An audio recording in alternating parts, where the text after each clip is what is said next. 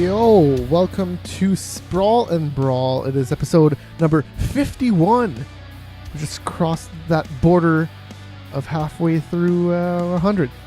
First one, we're going there, another 50. So there you go. Just get right into, I still gotta do these intros. I'm all Matt, it says it right there. But if you're listening to the podcast or audio only anything, then you didn't see that. I'm sorry. I apologize. The voice that you're listening to is Wild Matt's voice. The one and the only. Because Wild Matt, there's no one that's ever thought about that name on the internet. I am the only one. Don't look that up. There's no reason why I'm known as Wild Matt 119 on Instagram. That's just because I like that number. Leave me alone. There's no one else. That's just me. I'm the only one that puts a face on it. All right, Thursday, June 1st. That's just crazy. That's just insane that it's already June. And it was super cold today. It topped out at 15 Celsius, which I believe, I'm going to just say that it's around 62 degrees maybe. Let's see how much that is in Fahrenheit. It's 59 degrees Fahrenheit. So yeah, it was a pretty chilly one today.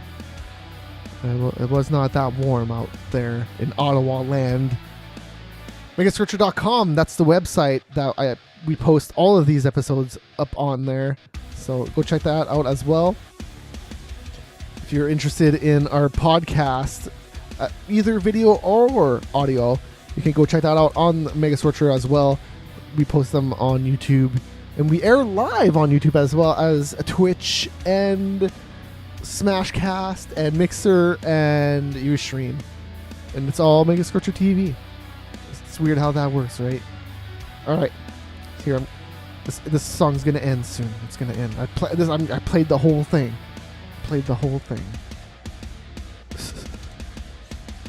Alright. News of the week. Let's just go right into it. News of the week. I do have a song for it. There we go. Crazy. Big Country is going to Bellator. Big Country. Roy Nelson himself. His last fight. I guess this was his last fight in the UFC. He didn't really talk about it. It's not like it was known that that was his last fight on his contract. Who the hell did he fight again? Was it Mark Hunt? No, Mark Hunt was probably his second to last fight. Alexander Volkov. Man, no, Mark Hunt was a super long time ago. I don't know why I thought that was fucking I don't know why I thought that was recent. Jesus. No, he beat Antonio Silva not too long ago. Huh. Yeah, he fought 3 times in 2016. But he has not fought. It's not like he 2 fights a year mainly really is what he does. Not a blistering raid on Big Country there. Courtney Casey won her fight at UFC 211 against Jessica Aguilar, but she failed her drug test and it got overturned to a no contest. For the drug test result, Casey's testosterone to epitestosterone ratio was 5.4 to 1, and anything over 4 to 1 is flagged in Texas. So, yeah, she's probably using something if it's that high. Doesn't really make sense that her testosterone would be that high. She's a lady too, so I mean, ladies also produce testosterone, right? But and then I think the testosterone to epitestosterone, I want to say, isn't like epitestosterone like natural testosterone or something like that? And let's see, I'm just gonna look it up. I forget what it's called. Epitestosterone. Okay. It is an steroid, and okay, sure is weak. Well, no, I don't know. I think the epitestosterone is actually fake testosterone, so that's probably the steroids that is acting out there. All right, see ya. That hawk dude, or that dude hack. Oh, that dude hack. Sorry, hawk. All right, we got our first video here today, and it is of Kadimstan. He scored a Pride style KO with a knee to the head on the ground right there. That was crazy. And that was at 1FC over the last weekend. It was just ridiculous. If you've never seen anything like that, you know, I don't think that it's bad, because if you know that you can get kneed in the head, you gotta protect yourself. It's just like being on the feet. Why can't you fucking knee somebody while you're standing? Like, it hurts just as much. And yeah, no, that was brutal. He got KO'd. This is a bad KO. Don't get KO'd like that, kids. If you're gonna fight in Asia, be aware that you're gonna get kneed in the head if you let yourself do that. Luis Santos is who lost there. But yeah, crazy. GSP revealed that he had an eye injury this whole time. He told the UFC as well. The whole time he was doing the Bisping press conferences and all that, he knew that he had an eye injury, and he was avoiding sparring and all that. So he wasn't training in it or anything. And yeah, Dana White and the UFC knew, and they still fucking did all that press conference and shit. So that fight's probably going to happen. It probably has to happen. It's weird because, you know, GSP is talking a hell of a lot about it still, and Bisping really wants that fight too. So it's going to be... They could strip Bisping, I suppose, but I don't know. Because it's not, you know, it's not like Bisping's going like, no, I'm injured, I can't do this. I can't, since the start, right? He's always been accepting and glad to do whatever the UFC wants. So ever since he's fought, it doesn't matter if it's to his benefit or his detriment. He always fucking does it. So yeah, we'll see how that actually bears down or ends up, but I'm pretty sure GSP and Bisping are probably going to end up fighting. It's probably going to be for the belt, and then whoever wins that can go for the interim. I don't even know, the interim champ. But yeah, we'll see. Whoever that ends up being, or is there they did announce that? Yeah, I forget who the freaking two challengers are, but they announced that last week. Alain Jobin versus Brian Camozzi. Leslie Smith versus Lena Landsberg, and Jordan Mean versus Bilal Muhammad got added to UFC 213. That's the next pay-per-view after this weekend's pay-per-view, which I think is like a month from now. I think that might be the... no, because that's July, so 214 is the Vegas fight week, that there's two events, and you know it's a big fight week thing, but that they're not really doing this year for some reason, but there you go. Yeah, that's fights for UFC 213. That's the next UFC pay-per-view after 212. That's happening in 2 days from now. Jimmy Manuwa versus Volkan Ozdemir, and a key featherweight fight, between Brian Ortega and Ronaldo Macano. Ronaldo Macano. I'm just going to pretend that's how it's said. So sorry, I'm going to repeat that. Brian Ortega versus Ronaldo Macano, and they're both undefeated, has been added to UFC 214, which is that card that I talked. Oh no, this is in Anaheim, so I guess 215 might be the card that is during fight week.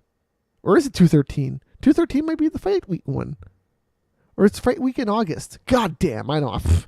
Jesus Christ, I'm talking here like I actually pretending like I know what I'm talking about, which I don't most of the time.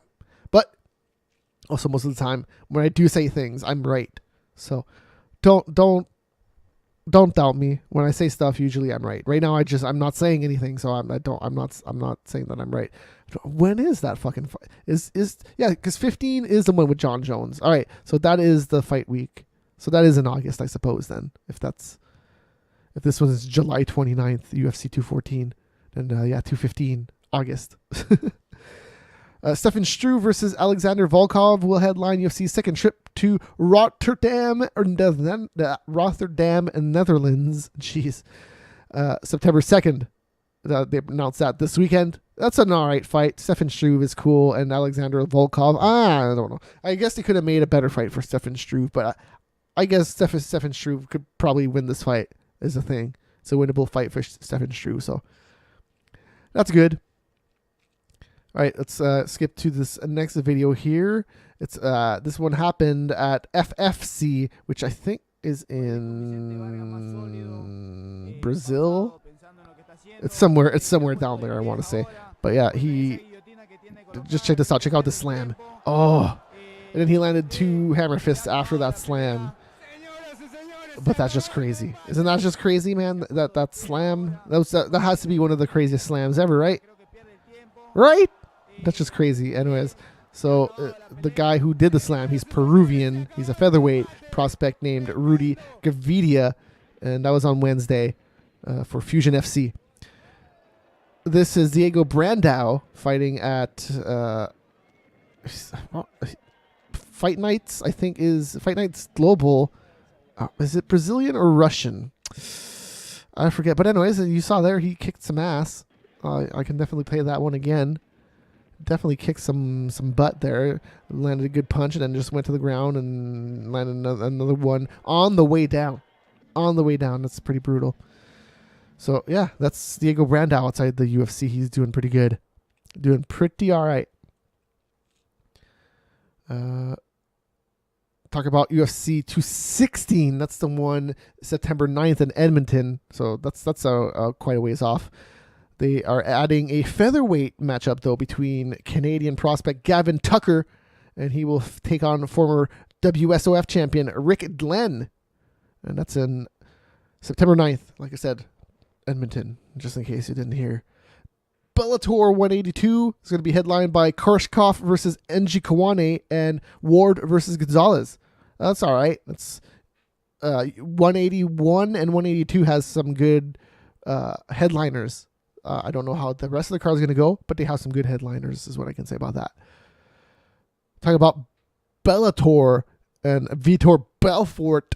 Turns out he still has one fight left on his contract after the Marquardt fight. So everybody's saying that it's his last fight, and he was been saying that he's interested in fighting Chael Sonnen or Vanderlei Silva, which is okay. Why not? Old dudes going at it, but he still has a fight, so he's not even going anywhere. He's not retiring. He's saying that he's not retiring now. Ah, weird business. So he's probably gonna beat Marquardt if it's gonna be a good fight, I think, because Vitor Belfort post TRT, he's done some. He hasn't been terrible. He's done some okay stuff, but man, yeah, I don't know. And Marquardt also tested positive that one time, and then got kicked out of the UFC and went to Strikeforce. And when they bought Strikeforce, he came back. All right, and probably the craziest news of the whole week. This is just fucking straight up craziness from the UFC women's. What's that division called? Is it featherweight? The 145. Is it 145? Is it? Yeah, well, because there's 135 and 115. They're adding 125. And yeah, they just created that 145 belt. I'm pretty sure it's called featherweight. But anyways, so the Randomie beat Holly Holm for that belt, but that was originally meant to be for Cyborg, right? But now the Randomie is saying that she doesn't want to fight Cyborg. She's been saying that her wrist was hurt, right, this whole time, and she needed surgery or some bullshit. It's just, oh man, it's just they put everybody in such a position with this bullshit. And they're probably going to have to just drop that title. It doesn't make sense to have it if Cyborg's not going to win it, and then it's just what a fuck up. That's all I can say about this whole thing. It's just what a fucking fuck up. Jermaine, sure, she won. Hey, fucking congratulations. She beat Holly Holm, and that's awesome, sure.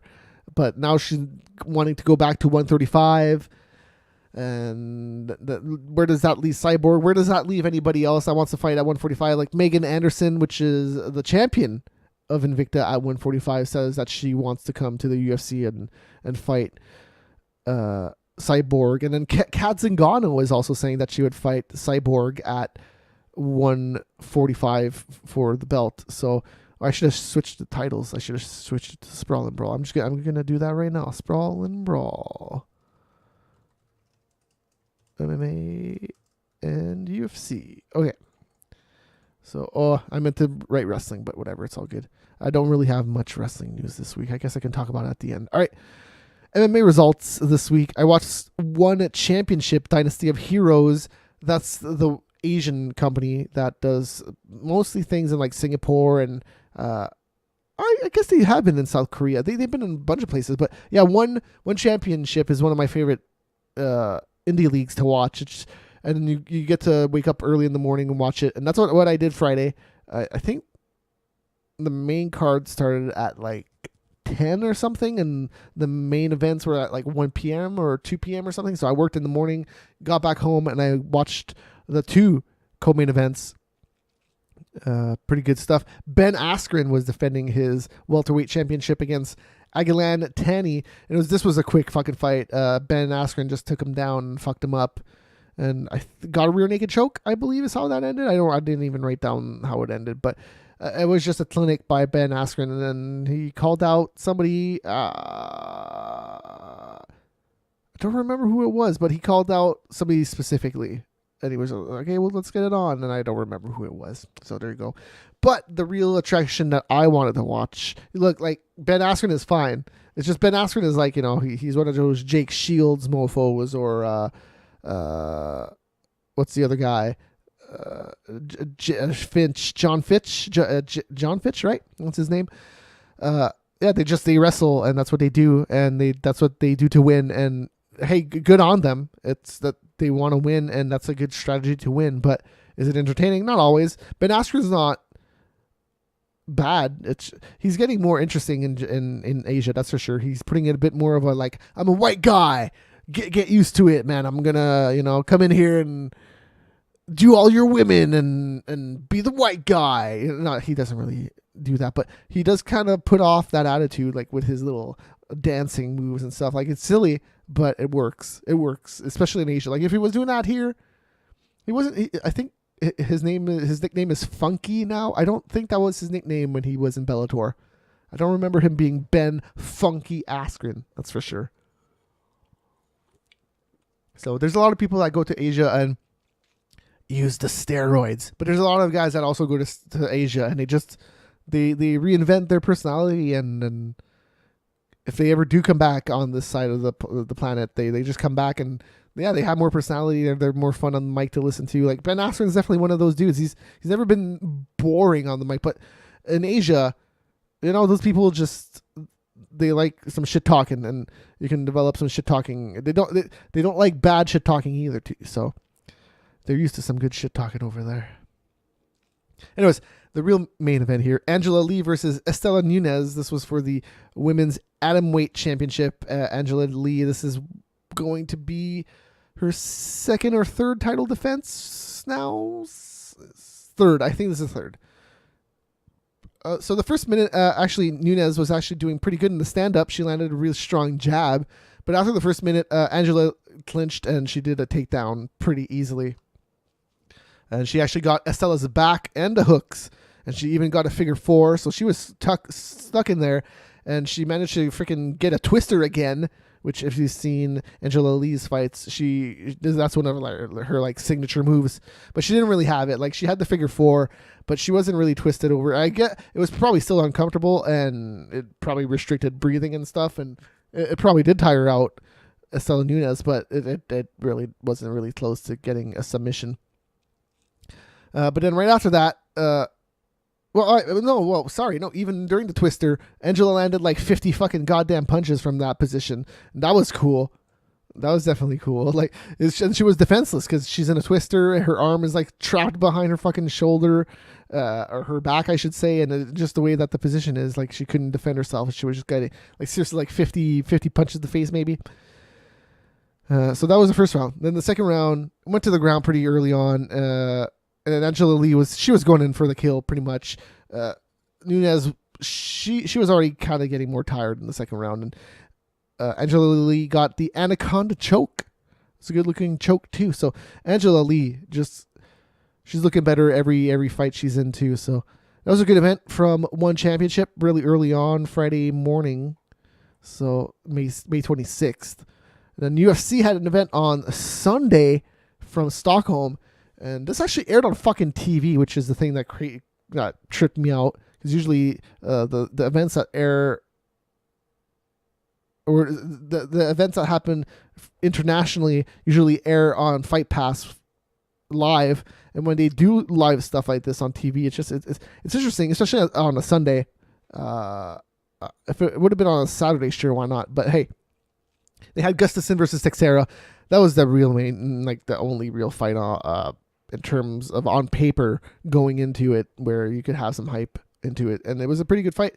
But before we get into that, Gustafsson versus Teixeira averaged an amount of 496,000 viewers, and it peaked at 665,000 viewers during the main event. The Indy 500, which aired at the same time on ABC, did 5.457 million, so that's a lot more viewers. The prelims headlined by Pedro Munoz versus Damian Stasiak, which started at 11 a.m. Eastern Time, did 353,000. This is the lowest ratings of the whole year for anything, which, you know, kind of expected. It was on Sunday, and fucking the Indy 500, a lot of people are going to watch that. So, you know. And then the replay of the show aired at midnight and did another 128,000 viewers. So, you know, a lot of people saw the main event, really, is probably what happened there. I bet a lot of people watched the replay and only the main event too, so if they were still awake at that time. But yeah, let's talk about this whole event. I guess all of this is in order. So, hey, Marcin Held was on the Fight Pass prelims versus Demir Hadzovic, and Marcin Held was actually winning the whole fight. The whole fight.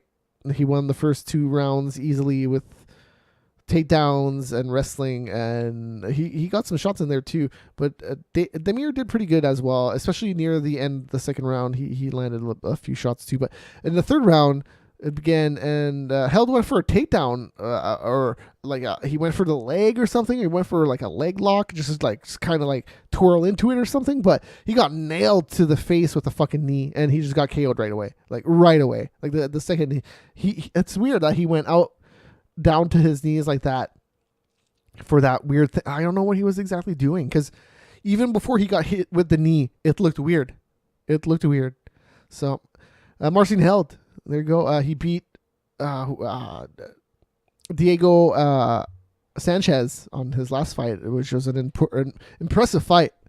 Diego Sanchez, not a soft dude, but Marcin Held, he's good, because Held, he has the reputation of just being a wrestler and holding people down and stuff. But he, so far in the UFC, his fights have been fucking entertaining. And yeah, it's sad that he had to lose this one, but man, he lost it in devastating fashion, which is weird that he just fucking, he put himself into that position to get kneed like that. He was really winning that whole fight up until that point. And a welterweight fight between Bojan Velikovic and Nico Musoki. This was another fight where the guy who ended up losing was actually winning, probably on the judges' scorecard the whole time. And Bojan just got a TKO at the end with just fucking a flurry of punches. Right? Like at the end, there was like 25 seconds left or something. It was come from behind. 2 come from behind fights right off the bat. And Jack Hermanson defeated Alex Nicholson. And this was a pretty one-sided fight. Hermanson took him down, eventually got to the back and just grounded and pounded him to death. And Alex Nicholson actually stood up after, and he's like, what are you doing? Why are you stopping him? And it's just like, dude, he was on your back, just destroying you. Your legs were in the air. You were face down. You weren't doing anything. Like, what do you just want the ref to just allow you to just get destroyed? All right. Why not? Because you would have died. You would have literally died if that would just kept going on. But hey, good for the ref. That was the move to do. And the next fight, welterweight, between Peter Sabota and Ben Saunders. Saunders, man, holy shit. He took a lot of damage in this fight. Like, a lot of damage in the first round and the second round. The only real offense that he did in the first round was from the bottom at the end of the round. So, yeah, Peter Sabota was just destroying him. And then in the second round, he just got destroyed, and then he got kneed to the chin in a clinch real quick. And he just fell over, and that was pretty much it. Like, I think he might have gotten another punch in there, but that knee was just, okay, done. Saunders was getting lit up the whole 2 rounds. So, yeah, this is a good way to, probably good way to stop that fight early, because if he would have, I admire tough guys, but man, like if you keep going and you just keep taking that fucking damage, kind of like the main event, it's not a good thing. You should probably like a KO early is probably better than fucking getting destroyed for fucking 2-3 rounds. In reality, like if you get knocked out, you go, bleh, and if you don't hit your head, then yeah, okay, you got knocked out. You probably have a concussion, but you'll be fine. It's not. I'm an expert in this stuff. And then there was a lightweight fight between Volkan Ozdemir, and I think he's like ranked 5th now, and Misha Cirkunov, I think he's ranked 3rd. I might have that mixed up. It might be 5 and 7, but it was probably 5 and 7 actually. Now that I think. It's not like the lightweight is that stacked, so it might have been 3 and 5, but it might have been 5 and 7. But anyways, a lot of people heading into this fight didn't think that Volkan Ozdemir really deserved the seeding that he had. But man, he destroyed Misha Cirkunov with a quick punch, just literally out of nowhere. Kind of looked like a phantom punch, really. If you blinked and you were watching it live, you missed it. Misha Cirkunov was just coming on in the attack, and Volkan just kind of went like, it hit him like right here, and it just bloop, fell face down. That was the end of the fight. It was all right. The co-main event right here is, what can you do? That's how it ended. I wouldn't. Yeah, it was an okay fight. You can't call this an amazing fight, and the KO, it's not like it was amazing either. So, but the fucking main event, this was a lot of damage being caused by Alexander Gustafsson over Glover Teixeira. Gustafsson landed, I think he landed a low blow early in the first, and then he landed an eye poke later in the first. So yeah, Gustafsson was just, Glover was just fucked up, and apparently he said that he was seeing 3 Gustafssons the whole fight after that eye poke, which is the whole fight, because it happened in the first round. So that's crazy. He also said, "Can you see any?" I think he said no, but I want to fight. I don't know if he exactly said that. I don't know if he said no. I think he just said, "I want to fight." And then the doctor was like, "Is he okay?" Or the rest said it to the doctor, "Is he okay?" And then the doctor was like, "Yeah." Let's just. And then they kept going, and then Glover got killed for like 5 straight rounds. Like killed, man. It was ridiculous. This whole fight was just Gustafsson just destroying. And then in the 5th round, Gustafsson landed like 3 uppercuts in a row. He was also throwing a hook behind it, I believe, but none of those landed. It was just 3 fucking right-handed uppercuts. Blam, blam, blam. And then he landed just a right hook or like a right straight right behind that afterwards, and that was it. Just, he fell over. Boom, done. Straight up destruction. I don't know if a lot of people saw the finish coming, because Glover Teixeira was taking the damage, but hey, Gustafsson, I guess he just has that stamina and that what's the other word that I'm searching for? Stamina and not durability, but endurance. There you go, endurance and stamina. There you go. That's the exact two words that I was looking for. Yeah, no, that UFC Stockholm card was good. The undercard was better than the main card, but the main event was spectacular for a few reasons. Fuck, man, Teixeira didn't need to take that much damage, to be honest. He got destroyed for fucking 5 rounds, man. He really had no hope. He really had no hope to win that fight at all. All right. And I also watched The Ultimate Fighter, and that's Redemption season episode number 7, and it's Joe Stevenson versus Justin Edwards is the fight. I don't know if I can really say anything that we didn't know about these two guys. Like, Justin Edwards left the UFC not too long ago, so he's a known quantity. This was the one fight where I was like, ooh, I could see Team Garbrandt winning. Joe Stevenson he's an old dude. He's been through a lot. He was a huge alcoholic at one point. He hasn't drank in 4 years, which awesome. Congratulations. But yeah, even in his heyday, I'd never thought that Joe Stevenson was particularly that awesome. He came at a time where MMA skill is not what it is today. And yeah, even if he would have won this first fight here and went on to the next round, he's definitely going to lose in the next round. I don't see him beating anyone that has won already, like for sure. And I don't see anybody that he can beat. So yeah, Justin Edwards pretty much just destroyed him for 2 rounds.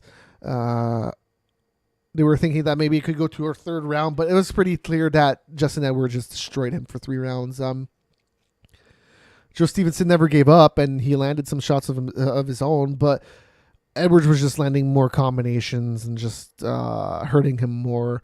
Joe Stevenson was backing up most of the fight too, so yeah, not really good fight. And then, for Stevenson anyways, like Justin Edwards looked fine, but overall, it went the way I thought it was going to go. Unanimous decision, 2 rounds.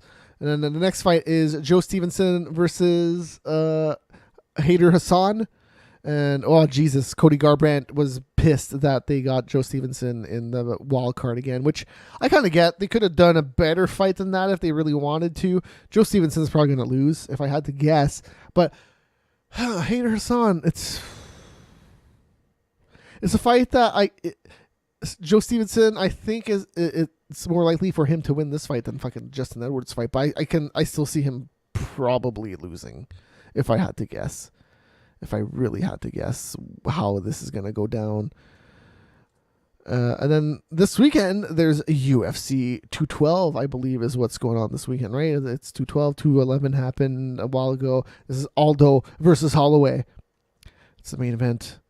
This card is good on paper, and if you're a hardcore fan, there's a lot of fucking fights to look forward to, but I don't know if it has that appeal to the casuals. The prelims on Fox Sports 1 is headlined by Rafael Hazanzao versus Marlon Moraes. That's fucking crazy. That should be on a fucking pay-per-view. They had... Who was it last time? Alvarez versus what's his name? I can picture his face exactly. Whatever his name, his last fight, and they had that on the prelims of the pay-per-view the last time, and it's just like that should have been on the fucking pay-per-view. And the first fucking fight of that card was Krzysztof Jotko versus fucking, what's his name? The dude from World Series of Fighting. He was a dual champion there. David Branch. And just like, man, why was that on the pay-per-view? That fight was terrible. So I feel like the same about this fight. This fight definitely fucking needs to be on the pay-per-view, especially when you have fucking Polo Boranchinha versus Oluwalbonboze on the middleweight card. That's not a bad fight. Just because I can't pronounce those two guys' name, they're good fighters. I like those two guys actually. But that would be a good fucking prelim fucking fight. Marlon Moraes, man, fucking give that man some respect. He's one of the 2 fighters from World Series of Fighting that actually is fucking legit. And he could actually beat fucking Rafael Hazanzao. Imagine if he does that. He's instantly in the fucking running of the bantamweight division if he wins this weekend. So that's the main event of the prelims on Fox Sports 1. Let's start with the UFC Fight Pass card here. Marco Beltran versus the Vizon Figueiredo. Sure. Luan Chagas versus Jim Wallhead, and Vivian Pereira versus Jamie Moyle. There you go. I'm not familiar with too many of those guys, if at all. And then the Fox Sports 1 card starts with Yuri Alcantara versus Brian Kelleher. That's actually a pretty good fight. Johnny Eduardo versus Matthew Lopez. Antonio Carlos Jr. versus Eric Spicely. So the prelims are pretty good actually, and then the main card, all these fights are going to be pretty good is the thing. I'm looking at all the card, and the matchups are fucking great. Like Eric Silva versus Yancy Madero, man, that's a barn burner right there. Fucking Eric Silva and Yancy Madero's crazy Brazilian, one of the few Brazilians that can actually put on a show. No offense to Brazilians, but most of you are pretty boring. Well, no, that's unfair because there's a lot of fun Brazilian fighters, but a lot of you are boring. Vitor Belfort versus Nick Marquardt. That's going to be okay. Apparently not Vitor Belfort's retirement fight because, flip-flopping on that, and it's apparently not his last contracted fight too. So, Jesus, Vitor, come on. Claudia Gadelha versus Karolina Kowalkiewicz is the co-main. No title there, no nothing. Just a women's strawweight fight, co-main eventing.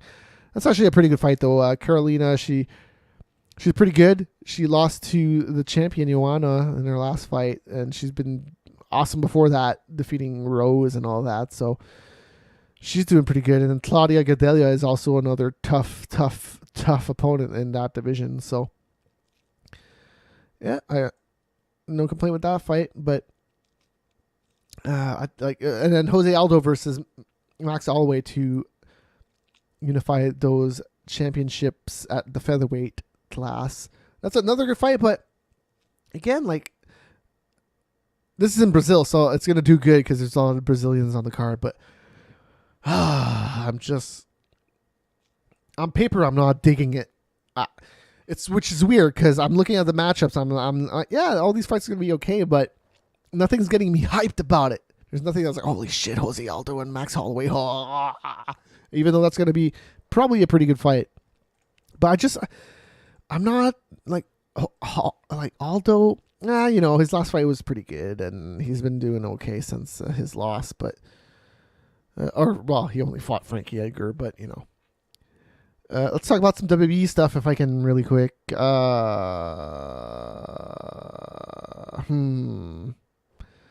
don't really have anything to say about wrestling right now. It's not that great. I wish it was better, but I still watch it. I don't mind it. I watch Raw and SmackDown. I don't really watch anything else, even though I'll watch TNA. Or Impact Wrestling. But no, I used to watch Lucha all the time.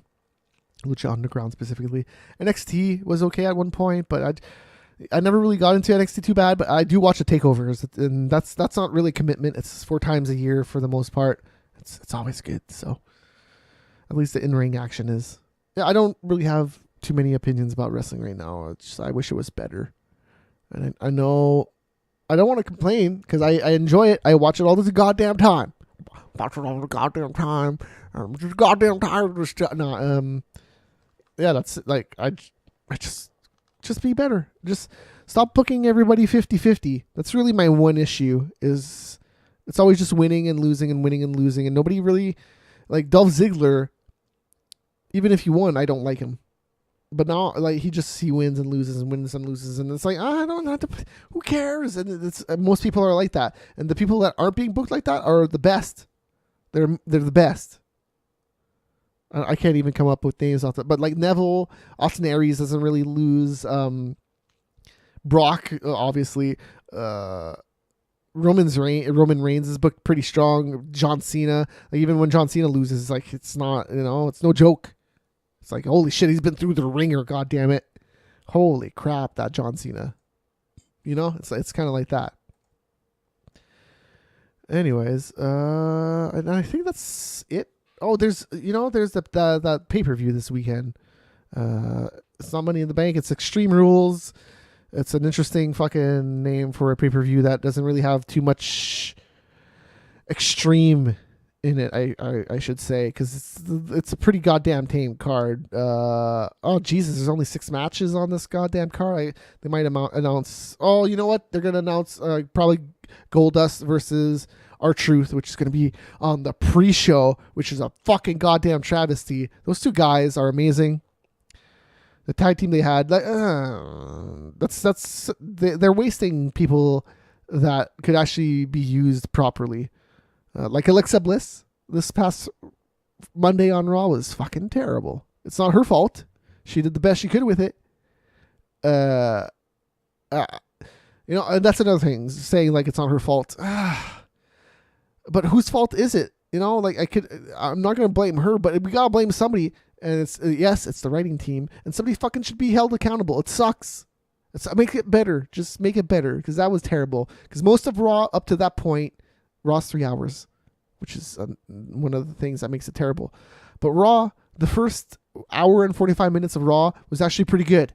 And then Alexa Bliss came out, and that was still okay. But then she did that This Is Your Life Bailey segment, which is fucking terrible.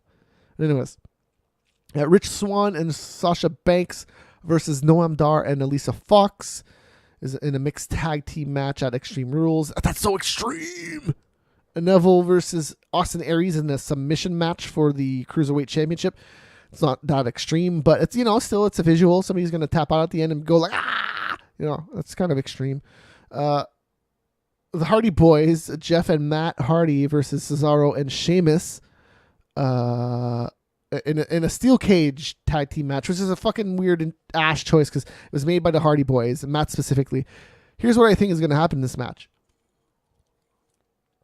I think the Hardys are going to self-destruct by jumping off the cage.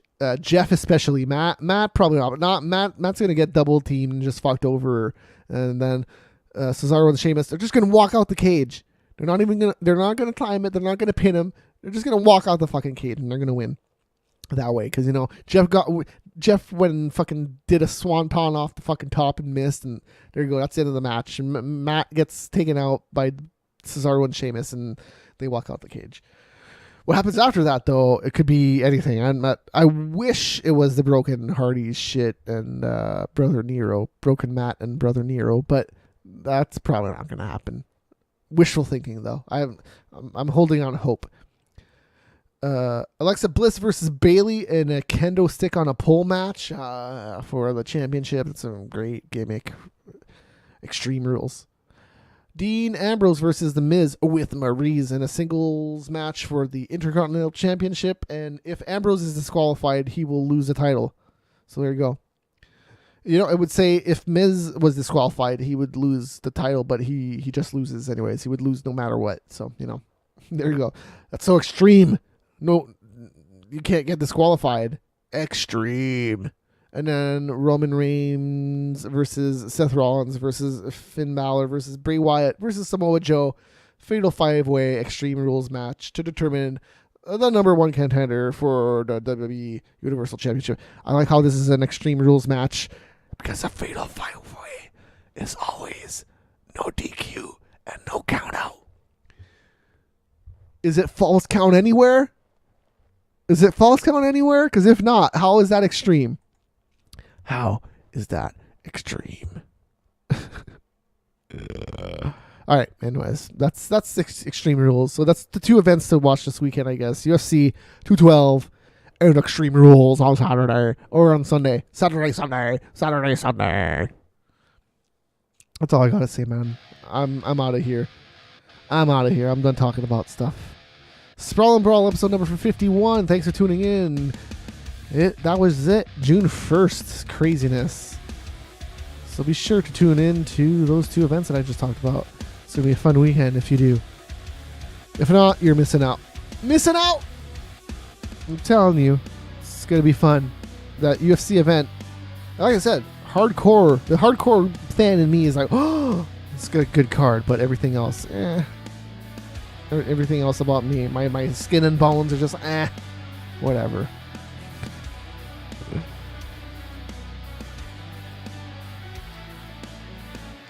I think that's it. MegaSearcher.com. Go there. All of these shows get posted there. All 51 of them are there. So go check them out if you're curious what we were doing in like 2013 or 2012, maybe even when we started the show. And we got shows going back to fucking 2007, which is crazy. And I did shows before 2007 on like Shoutcast and weird stuff. The internet. A weird and wonderful place.